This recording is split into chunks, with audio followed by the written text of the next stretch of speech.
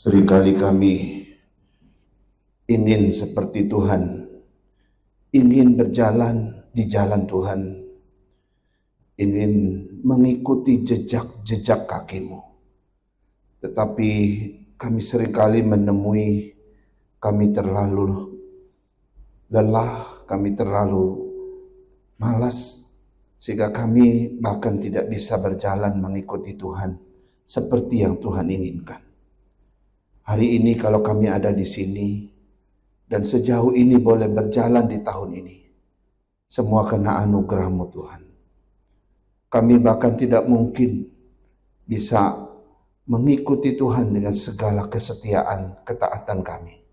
Kami sering gagal di tengah-tengah, kami sering terjatuh dan terjebak.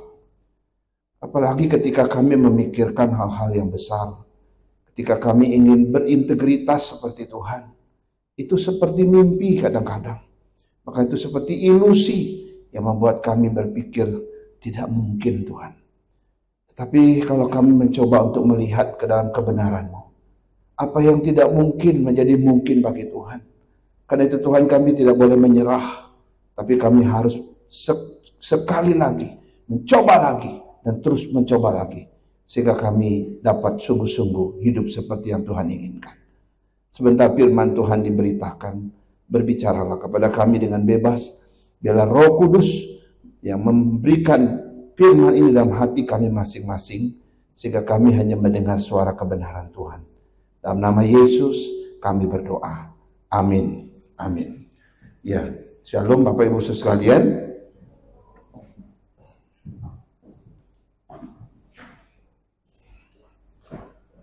Ya, saudara, kita masih di tema bulanan kita tentang integrity, dan hari ini adalah seri ketiga daripada integrity atau integritas. Dan seri ketiga ini agak khusus ya. Saya ingin kita membaca dulu satu bagian dari firman Tuhan yang minggu pertama sudah kita pernah baca, tapi hari ini mau kita bahas sampai habis ya. Dari 2 Timotius 3 ayat 1 sampai 5. Saya ajak saudara membaca bersama saya dengan bersuara ya, dari 2 Timotius 3 ayat 1 sampai 5. Demikian firman Tuhan. 2, 3. Ketahuilah bahwa pada hari-hari terakhir akan datang masa yang sukar. Manusia akan mencintai dirinya sendiri dan menjadi hamba uang. Mereka akan membual dan menyombongkan diri. Mereka akan menjadi pemfitnah. Mereka akan berontak terhadap orang tua dan tidak tahu berterima kasih, tidak mempedulikan agama, tidak tahu mengasihi, tidak mau berdamai, suka menjelekkan orang, tidak dapat mengekang diri, garang, tidak suka yang baik, suka mengkhianat, tidak berpikir panjang, berlagak tahu, lebih menuruti hawa nafsu daripada menuruti Allah. Secara lahiriah mereka menjalankan ibadah mereka, tetapi pada hakikatnya mereka memungkiri kekuatannya. Jauhilah mereka. Wow, saudara, ya. Nah, hari ini kita belajar tentang yang namanya integritas, bagian yang ketiga. Pertanyaannya kayak gini, saudara. Integritas itu apakah itu sebuah realita atau itu sebuah ilusi? Apakah itu bisa menjadi kenyataan atau itu hanya sebuah mimpi saja? Ya, apakah integritas Kristen sejati itu sebuah mimpi saja atau sebuah ilusi saja? Atau itu bisa, atau itu adalah suatu realitas, atau itu sebuah kenyataan yang bisa kita capai, saudara? Nah, memang ada dua pendapat yang bersilangan di sini, saudara ya. Ada dua pendapat.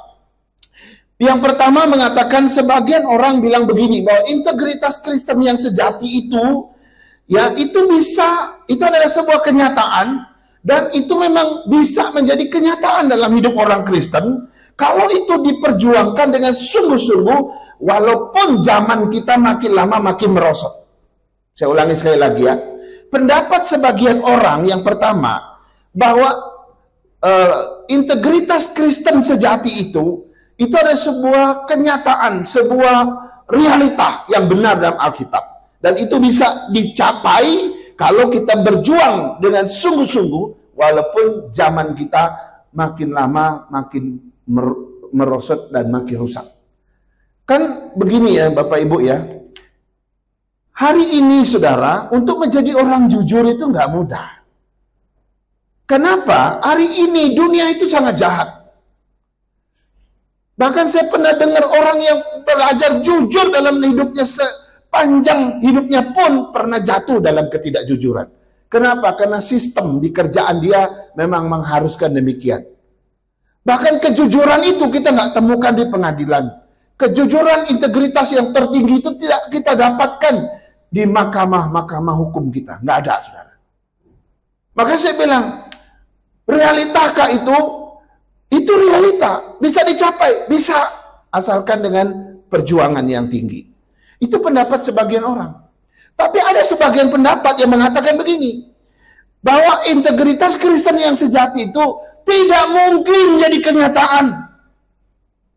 Kenapa mereka bilang nggak mungkin jadi kenyataan? Karena ini lagi zamannya semakin jahat. Karena itu integritas Kristen yang sejati itu cuma mimpi toh, cuma ilusi aja. Nah, buktinya dari mana? Nah, buktinya ada di sini, saudara. Tadi di ayat-ayat yang kita baca itu, Paulus memaparkan satu fakta, satu kenyataan yang mengagetkan, yang mengejutkan saya dan mengejutkan kita semua, bahwa ternyata semua kelakuan buruk manusia itu yang saya tunjukkan di situ ya, semua kelakuan buruk yang ada di situ itu ternyata tidak berasal dari orang-orang yang nggak kenal Tuhan. Ternyata kelakuan-kelakuan buruk itu, saudara, yang merusak integritas Kristen sejati itu bukan berasal dari orang nggak percaya Tuhan, enggak. Itu justru berasal dari orang-orang yang mengenal Tuhan, yang beribadah kepada Tuhan.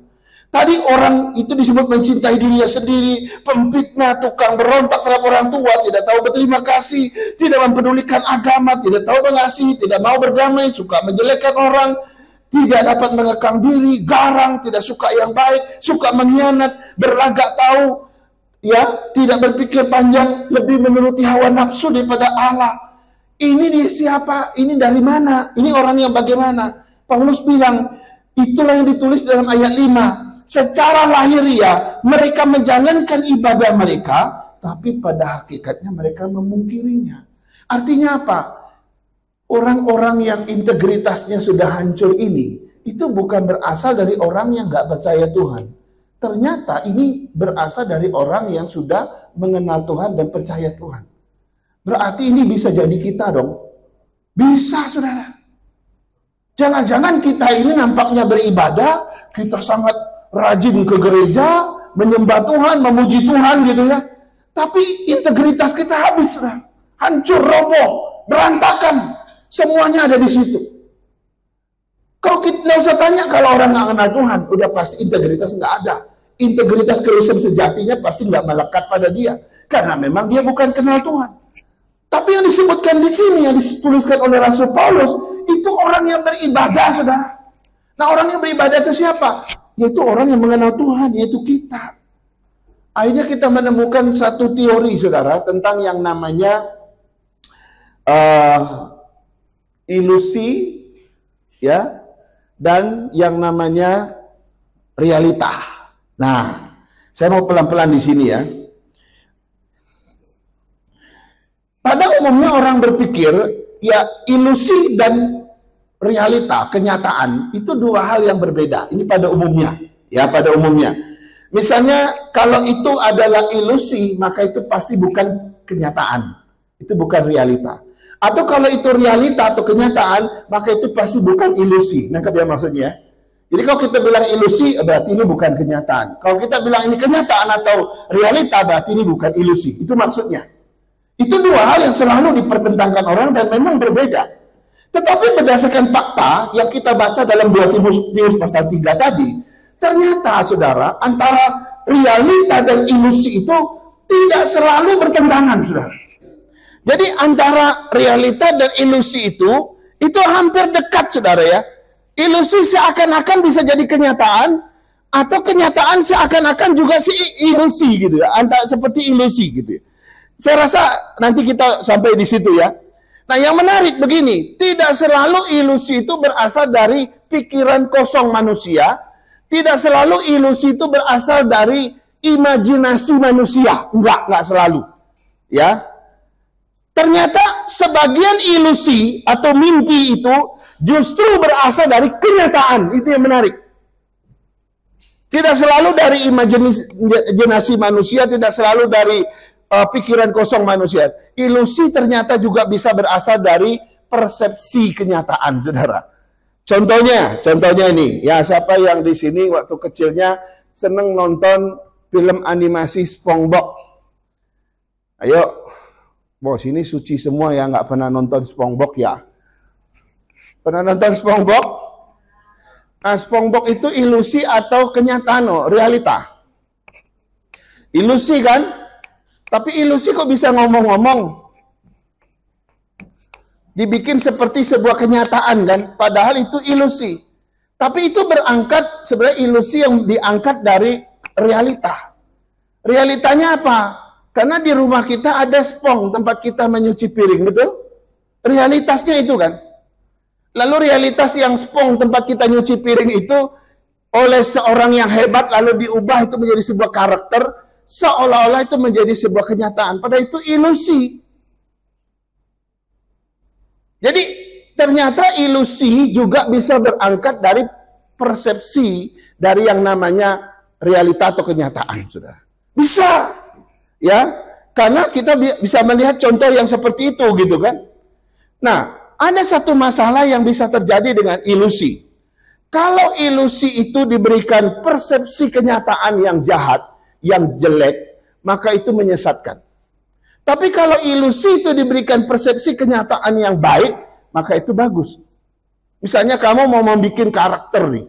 Saya mau bikin karakter robot nih, bikin monster, ya monster lah. Bikin monster, saya mau bikin monster. Ini kan ilusi nih. Tapi kamu mau kasih persepsi apa kepada monster kamu ini? Kalau kamu mau bikin monster walaupun mukanya jelek, giginya pompong gitu ya, lalu serem banget modelnya, tapi kamu kasih dia persepsi yang baik, perhati yang baik. Sehingga waktu orang nonton, kamu punya karakter itu, ilusi yang berawal dari ilusi itu. Tetapi karena kamu sudah kasih persepsi kenyataan yang baik, orang jadi senang nonton dia. Kenapa? Wah, walaupun dia serem, tapi ini monsternya baik gitu. Tapi ada juga orang bikin monster gitu ya, kelihatannya baik mukanya, bagus gitu ya, cakep, tapi ini monster. Tapi monsternya dikasih persepsi realitas yang jahat. Maka monster kamu menjadi monster yang jahat. Nah, jadi ilusi itu bisa dikasih yang baik, bisa dikasih yang jahat. Sebelum kita ke sana, karena ini sebenarnya mau masuk ke dalam tema kita gitu ya. Nah, sekarang kita melihat realita, ya. Realita itu adalah ternyata juga sedikit berbeda dengan ilusi ya. Realita tidak hanya dibentuk oleh hal-hal yang bersifat materi saja. Kalau kita pikir realita kan, ini realita nggak? Ya realita, ini ada bendanya. Ini gitu ya, realita kan. Tetapi realita tidak selalu dibentuk oleh hal-hal yang materi kayak gini. Tapi realita juga bisa dibentuk oleh hal-hal yang non-materi. Ya, yang nggak kelihatan gitu ya. Bisa non-materi. Misalnya ini ya. Nah, ini anggap aja Alkitab ya. Saya nggak bawa Alkitab. Ini anggap aja ini Alkitab. Secara materi, ini sama. Secara realita ini materinya sama. Itu terdiri dari kertas dibuat. Tetapi realitanya berbeda. Kalau itu bagi orang yang beriman, yang percaya Tuhan Yesus, dia akan lihat Alkitab ini adalah firman Tuhan. Betul ya? Tapi bagi orang yang nggak percaya Tuhan, dia lihat ini, oh itu buku agama orang Kristen yang ya bisa salah. Ya mereka pikir itu buku biasa. Mereka tidak menghormati dan menghargainya. Ya kan? Materinya sama, terbuat dari kertas dan sebagainya. Tapi dalam realitanya itu jadi bisa berbeda sekali karena oleh orang yang berbeda melihatnya. Bagi orang yang percaya Tuhan, ini adalah Alkitab, adalah firman Tuhan. Bagi orang nggak percaya Tuhan, ini buku biasa yang tidak ada dampak apa-apa. Jadi realita itu tidak selalu oleh hal-hal yang materi, tetapi non materi juga. Ya, ini jelas ya di dalam pengertian ini gitu ya. Nah, sekarang kita masuk ke zaman kita yang teknologinya makin canggih, makin hebat, saudara. Sekarang ada yang namanya virtual reality. Pernah dengar itu? Saya pernah ikut seminarnya, cuma kata mereka itu menarik sekali. Sekarang sudah ada gereja virtual yang menggunakan virtual reality. Apa sih namanya? Saya sudah lupa. Kita pernah ikut seminarnya. Jadi nggak perlu ketemu di sini. Kita ketemunya di dalam dunia virtual. Nanti kita bagikan kacamata setiap orang. Nanti kita pakai dari rumah kita. Kita terhubung di dalam dunia maya. Seolah-olah kita di dalam satu ruangan, saudara. Nanti si pengkhotbahnya khotbah di sini, saya duduk di dekat siapa dekat siapa, kita semua ada di satu tempat lagi dengerin khotbah. Tapi sebenarnya posisi fisik kita ada di rumah masing-masing, tapi kita ketemu di dalam dunia virtual dan kita seolah-olah hidup di situ, live di situ. Ada itu sekarang, ada gereja yang buat begitu. Kalau kalian pernah dengar yang namanya pendeta Yakub Tri itu, dia sudah punya gereja itu di Surabaya dan jemaat dia sampai di Jakarta banyak. Dan anak muda senang yang begitu. Nah, di dalam dunia yang lain juga kita bisa pakai itu. Misalnya kamu pergi berburu, kamu pakai itu masuk ke dalam dunia, ke hutan gitu ya, bawa senjata, nanti lihat binatang tembak gitu ya. Seolah-olah itu benar, kamu kayaknya betul-betul nembak dan dapat binatang gitu ya, berburu. Nah, itu disebut dunia virtual atau virtual reality. Nah, kacamata itu membuat kita seperti masuk ke dunia itu gitu ya. Nah, pertanyaannya begini, yang mana sih yang realita, yang mana yang ilusi? Ya, yang mana? Kalau kita tidak bisa membedakan mana realita, mana yang ilusi, kita tidak akan pernah punya integritas yang benar. Kalau kamu ternyata menjalani hidupmu di atas ilusi, maka integritasmu nggak ada. Integritas Kristen yang tinggi hanya bisa dibangun di atas realita. Contoh, ya, ketika Musa naik ke Gunung Sinai dan waktu yang begitu lama, Musa nggak turun-turun. Lalu orang Israel mulai mengeluh. Lalu mereka berpikir, Musa kayaknya sudah mati.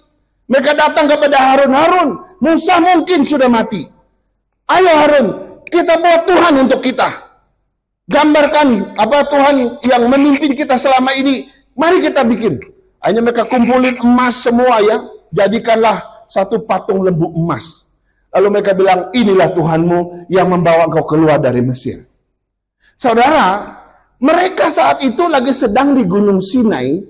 Dan mereka sedang dalam perjalanan, dibawa, dituntun, dipimpin oleh Tuhan dengan begitu luar biasa. Sampai pada suatu ketika, Tuhan yang real itu diganti dengan Tuhan yang ilusi, saudara. Maka Tuhan marah. Mereka bilang, inilah Tuhan kita. Siapa? Ini lembu ini. Padahal itu bukan Tuhan yang real. Itu Tuhan yang ilusi. Yang dimimpikan oleh mereka. Maka Tuhan marah. Yang kedua, saudara, orang Farisi, orang ahli Taurat, mereka mengerti firman Tuhan, mereka baca Taurat luar biasa. Tapi waktu Yesus hadir ke dunia ini, mereka lihat dia bukan sesosok yang real. Mereka nggak anggap dia sebagai Mesias. Mereka pikir dia orang biasa. Mereka bilang nggak mungkin anak tukang kayu jadi Mesias. Bagi kami ini bukan real. Ini adalah suatu kebohongan. Mereka anggap Yesus bukan Mesias. Padahal Alkitab bilang dengan jelas menunjuk kepada Kristus sebagai Mesias. Apa yang Alkitab katakan itu sesuatu yang real, yang harusnya menjadi realita. Mereka tidak terima realita, mereka terima ilusi mereka. Bahwa Mesias yang sesungguhnya masih kita tunggu yang akan datang. Banyak sekali kasus-kasus dalam perjanjian lama dan perjanjian baru, orang nggak bisa membedakan mana realitas dan mana yang bukan realitas. Bahkan ada lagi yang menarik, saudara. Kaum LGBT, kita semua tahu ya kaum LGBT. Kaum LGBT itu berhidup berdasarkan sebuah kebebasan dalam menentukan. Pokoknya saya diberi kebebasan, saya bisa menentukan jenis kelaminku apa. Kalau aku mau laki-laki, ya aku akan jadi laki-laki. Kalau aku mau jadi perempuan, ya aku akan menjadi perempuan. Kalau aku senang jadi perempuan, nanti aku jadi perempuan. Kalau aku udah bosan jadi perempuan, nanti aku jadi laki-laki kembali. Mereka punya satu kebebasan seperti itu. Nah, orang yang hidup di dalam yang namanya LGBT itu, dia menentukan jenis kelaminnya. Sehingga aneh kalau kita lihat, oh dulu dia laki-laki kok bisa jadi cewek cantik. Kok bisa? Saudara bisa tahu, kenapa bisa demikian? Karena mereka hidup berdasarkan ilusi, bukan berdasarkan kebenaran. Bagi orang yang percaya firman Tuhan, kebenaran itu sudah harga mati. Bahwa Tuhan menciptakan laki-laki dan wanita. Nggak ada yang di tengah-tengah. Nggak ada yang belum selesai, sehingga dia masih milih A, milih B, nggak ada. Di Alkitab sudah jelas realitasnya. Bahwa ada laki-laki dan wanita, lebih dari itu nggak ada. Kalau ada orang di tengah-tengah lain mau ke kanan, mau ke kiri, itu pasti sesuatu yang salah. Jelas kan? Nah, kita hidup berdasarkan apa? Realitas. Nah, sekarang saya mau kembali ke belakang. Semua yang dikatakan kebenaran oleh Alkitab, itu realitas. Dan kita harus hidup berdasarkan itu. Dari situlah baru kita bisa bangun integritas Kristen kita yang sejati. Tapi kalau semua yang tidak dikatakan Alkitab, tapi kamu mau tambahkan dalam Alkitab, itu ilusi. Nah, kalau kau hidup di dalam ilusi seperti itu akan membuat kau tidak bisa membangun integritas Kristen yang sejati dalam hidup. Gak bisa. Ini jelas, saudara. Ya, saya rasa kita harus betul-betul menyatakan mana yang benar, mana yang salah, mana yang real, yang realita, mana yang ilusi. Ya, nah sekarang kita lihat, saudara. Pertanyaannya harus kita jawab. Apakah kita betul-betul bisa hidup dalam integritas Kristen yang sejati? Mungkinkah? Apa saja yang harus kita lakukan supaya kita bisa hidup dalam integritas Kristen yang sejati itu? Coba kita lihat ya, yang pertama. Yang pertama, hidup yang berintegritas Kristen yang sejati itu adalah hidup yang mengubah pusat hidup kita dari diri kita kepada Allah. Ya, hidup yang mengubah sentral hidup kita dari diri kita yang berpusat pada diri kita, kita harus alihkan kepada Tuhan, kepada diri Allah. Saudara, selama kita nggak bisa mengubah pusat hidup kita nggak mungkin hidup di dalam integritas Kristen yang sejati, nggak mungkin. Tadi di dalam ayat 2 bagian A berkata begini dalam bacaan kita, manusia akan mencintai dirinya sendiri. Ini ada satu tanda di akhir zaman, dan akhir zaman itu sudah zaman sekarang, zaman kita sekarang, bahwa manusia akan cenderung mencintai dirinya sendiri. Artinya manusia makin dekat Tuhan Yesus datang, makin dekat kiamat kita ini, manusia makin egois, makin berpusat pada diri sendiri, makin mencintai diri sendiri. Dan itu makin menghancurkan integritas Kristen yang sejati. Selama kita belum memindahkan pusat kehidupan kita dari diri kita kepada Tuhan, integritas nggak ada. Integritas apa yang kita punya kalau semuanya berpusat pada kita? Tidak ada. Integritas Kristen yang sejati hanya lahir ketika engkau memindahkan pusat hidupmu dari dirimu sendiri itu kepada Tuhan. Amin. Amin. Waktu saya renungkan ini, iya ya, di sini letak kegagalan kita. Seringkali kita berpikir kita sudah jadi seseorang yang hebat. Aku sudah jadi aku yang sesungguhnya. Tapi ternyata akunya itu baru berpusat pada diriku, belum pada diri Tuhan. Integritas Kristen yang sejati baru bisa dibangun kalau kita sudah memindahkan pusat ini. Tidak lagi pada kita, tetapi pada Tuhan. Nah, saudara, ada yang menarik nih. Ada dua ciri orang yang berpusat pada diri sendiri. Ada dua ciri. Pertama, orang yang kalau mau sukses itu, dia akan menghalalkan segala cara untuk meraih kesuksesan dia. Itu model orang yang berpusat pada diri sendiri yang pertama. Pokoknya nggak peduli orang lain. Yang penting dia sukses. Mau orang lain dikorbankan, mau orang lain ditipu, mau orang lain dimakan habis, dimakan habis, nggak peduli. Yang penting dia sukses, dia punya uang banyak. Saudara, ini model orang yang berpusat pada diri sendiri yang pertama. Tapi yang kedua, yang berbeda sedikit dengan itu, adalah orang yang tidak mau diatur, orang yang tidak mau dikekang oleh aturan, mereka nggak mau tunduk, mereka nggak mau taat kepada apapun, pokoknya aku mau bebas buat apa saja. Itu model orang kedua yang mementingkan diri sendiri. Nah, selama kita hidup di dalam dua ciri ini, saudara, integritas Kristen sejati nggak akan pernah ada. Kenapa? Karena itu masih pada diri kita, berpusat pada diri kita sendiri. Bahkan termasuk firman Tuhan sekalipun, mereka nggak mau lakukan. Kenapa? Mereka anggap firman itu, aduh, mengekang saya. Firman Tuhan itu, aduh, atur hidup saya. Saya nggak mau, Tuhan, nggak mau. Saya nggak mau diatur. Saya mau bebas. Saya tahu kok mana baik, mana yang salah. Wow, sombong sekali gitu ya. Nah, untuk bisa hidup dalam integritas Kristen yang sejati itu, saudara, pusat hidup kita harus dipindahin, diubah, dialihkan. Tidak lagi pada diri kita, tapi kepada Tuhan. Kalau dulu konsep kesuksesan kita adalah pokoknya menghalalkan segala cara, yang penting aku sukses. Aku nggak peduli orang lain, yang penting aku sukses. Bukan itu lagi konsepnya. Konsepnya adalah kesuksesanku berasal dari Tuhan. Dan aku harus setia dan taat sama Tuhan. Karena semuanya datangnya dari Tuhan. Yang kedua, kalau dulu aku tidak mau diatur, tidak mau taat, tidak mau tunduk, aku mau bebas suka-suka. Saudara, sekarang kita harus bilang, Tuhan, aku ingin taat kepadamu, setia kepadamu, apapun resikonya. Nah, itu baru setelah itu beralih kayak begitu, saudara, baru integritas Kristen kita yang sejati itu mulai bisa dibangun.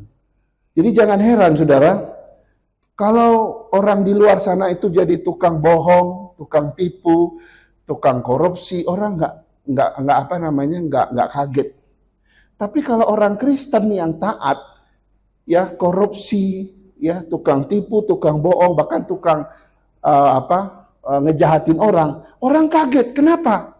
Karena dalam persepsi orang Kristen itu sebenarnya punya integritas Kristen yang sejati. Nggak mungkin orang Kristen begitu. Orang Kristen itu sering diidentikan dengan kejujuran, saudara. Jadi kalau terjadi ketidakjujuran, mereka kaget. Kenapa gitu? Padahal tidak semua orang Kristen berhasil membangun integritas Kristen sejatinya. Walaupun dia nampaknya Kristen, pusat hidupnya belum berubah. Walaupun dia sudah ke gereja, bahkan majelis sekalipun gitu ya sudah jadi diaken sekalipun, dia tetap aja berpusat pada diri sendiri. Maka jangan heran, tetap sama saja kayak orang dunia, nggak ada integritas, nggak ada. Seorang yang bernama Dietrich Bonhoeffer bilang begini. Dia bilang begini. Kehidupan Kristen yang otentik dan berintegritas adalah kehidupan yang sepenuhnya berpusat pada Allah. Saudara, kehidupan Kristen yang otentik dan berintegritas ini, ya, itu adalah kehidupan yang berpusat pada Tuhan. Artinya apa? Kita baru bisa jadi otentik yang sesungguhnya kalau kita berpusat pada Tuhan. Kamu belum otentik kalau kamu masih berpusat pada dirimu, nggak bisa. Kita baru bisa berintegritas Kristen yang sejati kalau kita udah berpusat pada Tuhan. Tapi selama aku berpusat pada diriku, aku bukan yang berintegritas Kristen sejati. Saya harap kita bisa paham ya di sini ya. Sekarang kita lihat yang kedua, saudara ya. Yang kedua, hidup yang berintegritas Kristen sejati itu adalah hidup yang berpegang kepada kebenaran Allah. Ya, hidup yang berpegang kepada kebenaran Allah. Saya mau kasih tahu dulu ya, seorang yang bernama John Calvin. Nah ini, John Calvin ngomong begini. Manusia tidak bisa melihat sesuatu itu dengan tepat karena manusia sudah berdosa.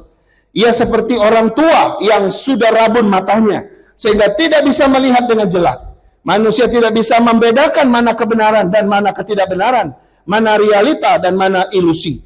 Karena manusia sudah berdosa, untuk dapat membedakan mana benar dan mana yang tidak benar, mana realita dan mana ilusi, maka manusia harus memakai kacamata Alkitab untuk membacanya. Jadi dalam ajaran John Calvin di dalam buku dia yang pertama, Institutio yang pertama, dia menuliskan kalimat ini. Ya, dia bilang bahwa kita itu karena sudah berdosa, maka mata kita ini sudah tidak bisa membaca realita lagi. Kita nggak bisa lagi membaca kebenaran Tuhan, nggak bisa. Kita nggak bisa membaca lagi apa yang ada di dunia ini, nggak bisa. Nah, untuk bisa membaca seluruh yang ada di dunia ini, kita harus pakai satu kacamata. Oh, tadi dia bilang begini, kalau kita ini, kenapa kita nggak bisa membaca? Karena udah jatuh dalam dosa.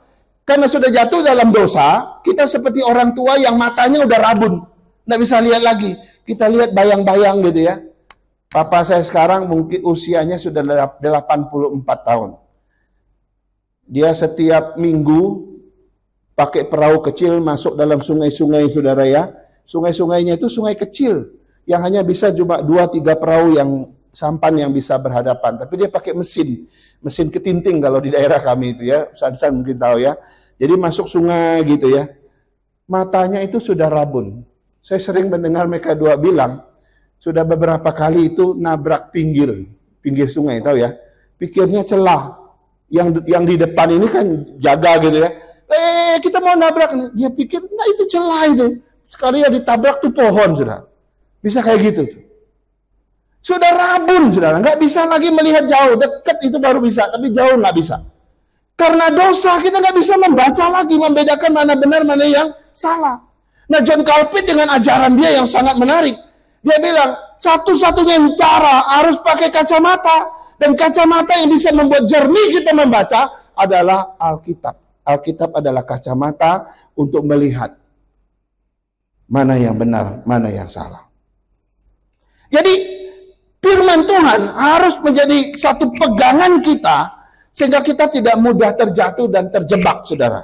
Ini menarik ya. Karena itu kalau kita lihat ini tadi, yang tadi kita baca itu, coba kita lihat ya. Kenapa mereka masih terjebak di situ? Karena mereka nggak bisa membaca. Ya, mereka nggak menjadikan Alkitab sebagai kacamata mereka. Makanya mereka tetap aja mencintai diri. Tetap aja menjadi pemfitnah. Tukang berontak, tidak tahu terima kasih, dan seterusnya dan seterusnya. Ada begitu banyak. Hidup di dalam integritas Kristen yang sejati itu, saudara. Kita mesti jadikan firman Tuhan kacamata kita. Firman Tuhan standar kita. Firman Tuhan jadi dasar semuanya. Baru kita bisa bangun integritas Kristen kita yang begitu sejati itu. Ya. Charles Spurgeon, dia bilang begini. Sangat penting berpegang pada kebenaran firman Tuhan. Sebab Alkitab adalah peta jalan bagi setiap orang Kristen untuk hidup berintegritas. Ini peta jalan, saudara. Kita kemana-mana sekarang pakai map kan. Zaman dulu kalau kita besok di Jakarta ini 5 bahkan sampai 7 kali kita tanya alamat baru ketemu orang yang kita cari. Zaman sekarang enggak. Alamatmu di mana? Sherlock dong. Tinggal klik langsung nyampe. Peta jalannya langsung jelas. Mau lewat dari mana juga pasti dibawa ke titik itu. Gampang kan? Kita nggak butuh lagi nanya orang di pinggir jalan berkali-kali. Nah sekarang Alkitab itu seperti peta jalan bagi kita. Untuk membangun yang namanya integritas Kristen, ya, kau tidak bisa tidak berpegang kepada prinsip firman Tuhan. Ketika kita nggak berpegang pada prinsip firman Tuhan, maka yang belasan tadi itu terjadi di dalam diri kita. Ini menarik ya. Sekarang kita lihat yang ketiga, yang terakhir ya. Slide yang ketiga. Hidup yang berintegritas Kristen sejati itu adalah hidup di dalam kekuatan ibadah. Ya, hidup di dalam kekuatan ibadah. Saya mau baca dulu dalam 2 Timotius tadi, ayat 3, ayat 5 berkata begini. Secara lahiriah, mereka menjalankan ibadah mereka, tetapi pada hakikatnya mereka memungkiri kekuatannya. Saudara, menurut ayat ini, ada satu fakta, ada satu realita, yang diungkapkan oleh Rasul Paulus bahwa orang yang menjalankan ibadah secara lahiriah itu belum tentu beribadah sungguh-sungguh pada Tuhan. Saya ulangi sekali lagi. Ini kalimat Rasul Paulus ini menarik. Kesimpulan daripada ayat ini. Ternyata menurut Paulus, orang yang menjalankan ibadah secara lahiriah belum tentu beribadah sungguh-sungguh pada Tuhan.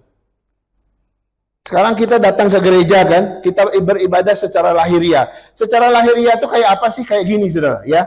Tiap minggu kita datang ke gereja, oke, terima kasih, tidak ada yang bolong-bolong gitu ya.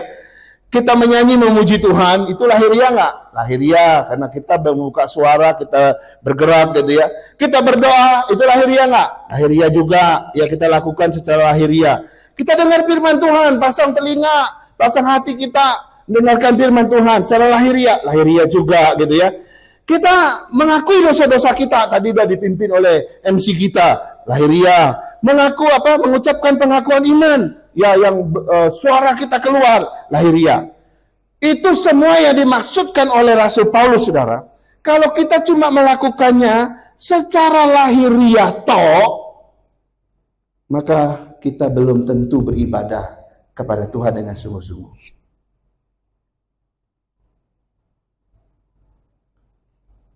Nampaknya sih kita ke gereja, nampaknya kita memuji Tuhan, nampaknya kita berdoa, kita mengagungkan nama Tuhan di sini. Pertanyaannya, apakah kamu benar-benar beribadah atau tidak? Ternyata saudara, indikator ibadah yang sungguh-sungguh itu bukan lahiriahnya. Bukan lahiriahnya. Ternyata ada satu hal yang menarik. Ya kalau yang lihat lahiriah itu kan secara fisiknya. Yang kita bisa lihat ini secara fisik. Bukan itu standarnya. Standar ibadah yang sungguh-sungguh menurut dia, itu ada satu kalimat yang berkata begini. Di dalam ayat tadi, itu coba lihat di situ ya. Ya, di situ dikatakan apa? Secara lahiriah mereka menjalankan ibadah mereka, tetapi, nah ini dia, mulai dari tetapi. Pada hakikatnya mereka memungkiri kekuatannya. Jadi indikator sebuah ibadah yang sungguh-sungguh kepada Tuhan, bukan secara lahiriahnya, bukan secara fisiknya. Tapi ketika ibadah kita hanya sebatas lahiriah fisik maka itu ibadah yang tidak berintegritas Kristen. Betapa malangnya GP Kris Kelapa Gading, kalau berpuluh-puluh tahun, berabad-abad yang akan datang, ternyata ibadah kita cuma lahiriah cuma fisik Waktu Tuhan Yesus datang bilang, enggak, aku enggak pernah dimuliakan oleh gereja ini. Berarti kita datang ke gereja selama berabad-abad sampai Tuhan Yesus datang itu apa? Lahiriah fisik Kita nggak pernah mencapai indikator yang paling tinggi dalam ibadah itu. Sehingga ibadah kita ibadah bukan ibadah yang berintegritas Kristen. Ibadah kita ibadah yang palsu. Nah, kalau begitu, apa yang dimaksud dengan memungkiri kekuatannya? Ternyata saudara, kalau kita beribadah hanya hadir secara fisik saja, secara lahiriah saja, tapi kita memungkiri kekuatannya, itu artinya aku tidak mengimani apa yang aku lakukan dalam ibadah itu. Aku tidak percaya akan apa yang aku lakukan dalam ibadah itu. Pokoknya aku ikut aja. Karena papa mamaku ngajak, om tanteku ngajak, saudaraku ngajak, pacarku ngajak, suamiku ngajak, orang tuaku ngajak, maka aku ikut. Ya udah aku ikut aja. Toh juga 1 jam setengah mau seipin kan enggak khotbah lama-lama. Sebentar juga selesai. Toh setelah itu kita pulang. Minggu depan gitu lagi, berulang lagi. Kita nggak pernah mengimaninya, mempercayainya, apalagi kehadiran Tuhan di dalamnya, selesai. Itu ibadah yang tidak berintegritas sama sekali di hadapan Tuhan. Saudara, kadang saya berpikir, iya ya, kalau kita nggak hati-hati saudara, kita gampang sekali terjebak di dalam situasi di mana kita merasa nampaknya sudah ibadah gitu. Tapi sebenarnya waktu kita pulang kita rasa ada sesuatu yang nggak dapat apa-apa, rasa kosong itu ada, saudara. Lalu kita datang tadi apa? 1 jam lebih tadi itu kita buat apa? Nggak tahu. Waktu disuruh nyanyi, aku nyanyi. Waktu kamu doa nggak? Ya doa sih. Terus apa? Ya ngalir aja. Kau nggak imani? Ya saya nggak tahu gimana. Menjadikan saudara. Kalau ibadah kita jalankan demikian, maka itu bukan ibadah yang berintegritas di hadapan Tuhan. Integritas iman Kristen yang sejati itu lahir dari dalam kekuatan ibadah.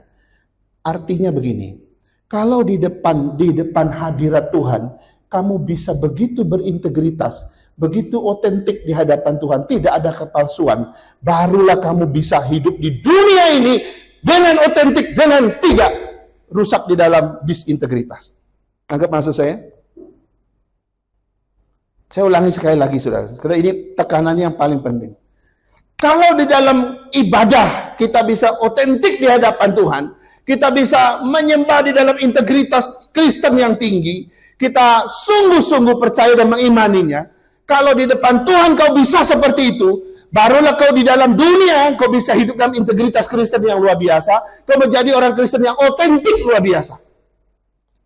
Omong kosong kalau kamu bilang, saya bisa otentik di depan orang, saya bisa hidup berintegritas Kristen yang tinggi, tapi di hadapan Tuhan kau gagal menyembah dia, kau gagal berintegritas sama dia dalam ibadahmu. Tidak ada guna. Ukurannya selalu di hadapan Tuhan. Itu yang dimaksudkan di sini, saudara. Kadang-kadang saya sedih kalau saya bisa lihat beberapa indikasi ada jemaat yang ya hanya sekedarnya begitu ya. Apalagi yang jelas-jelas datang ke gereja tujuannya jelek gitu. Saya tahu dulu waktu saya pegang pemuda, aduh di pemuda itu kadang-kadang ada sakit hati gitu. Dulu saya pernah pegang pemuda di Pasar Baru, 30 lebih orang. Ada anak muda yang datang ke gereja sebenarnya hanya untuk jemput pacarnya. Nggak ke gereja. Begitu kita turun sudah ada di bawah. Tapi kalau mau ibadah nggak ada di atas. Tapi kalau sudah selesai membaur dengan mereka di bawah. Ini bukan Kelapa Gading ya. Kelapa Gading mau baik-baik semua. Iya Will ya. Nah, ini William aja ini yes gitu. Jadi ini standarnya saudara. Kalau di hadapan Tuhan kamu nggak bisa jadi otentik dalam ibadahmu, kamu nggak bisa berintegritas Kristen yang tinggi dalam ibadahmu, jangan ngomong kosong kalau kamu bisa berintegritas juga di dunia ini. Nggak bisa. Itu jelas. John Piper bilang begini. Ini John Piper ini udah tua. Ini seorang teolog terkenal ini. Ibadah adalah aktivitas yang paling penting bagi seorang Kristen yang berintegritas. Jika di hadapan hadirat Allah kita bisa otentik apa adanya, maka di hadapan manusia kita pasti hidup dalam integritas yang jujur. Wow. Jangan dibalik-balik, karena rumusannya nggak bisa dibalik.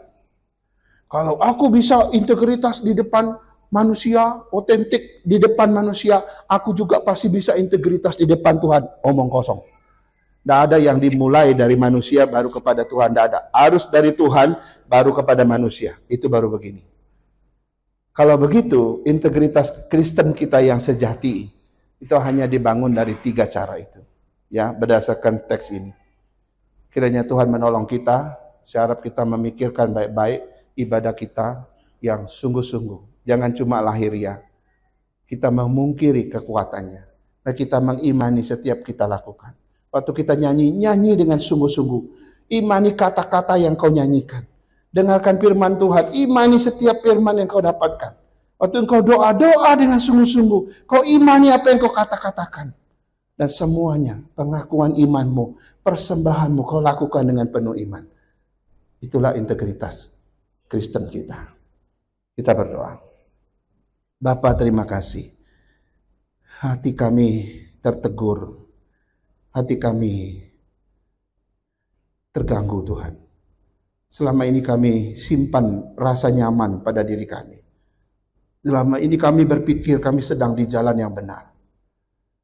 Kami berpikir selama ini kami sedang melakukan apa yang kau inginkan, kau kehendaki. Ternyata seringkali kami keliru dan salah. Untuk itu Tuhan, hari ini kami mau sadar. Kami mau kembali kepada Tuhan. Tuhan, kami ingin hidup berintegritas. Sesuai dengan realitas firman Tuhan. Sesuai dengan realita kebenaran firman Tuhan. Di luar itu Tuhan, kami tidak mau hidup di dalam ilusi, mimpi, pikiran kosong manusia. Karena itu Tuhan, bawa kami. Bangun integritas Kristen kami yang sejati. Terus menerus. dan setiap nilai-nilai yang kami dapatkan dari kebenaran firman. Pakai kami dengan kekuatan dan kuasa-Mu, dan tumbuhkan hidup iman dan hidup kami di dalam kebenaran demi kebenaran. Berkati umat-Mu setelah kami pulang dari tempat ini.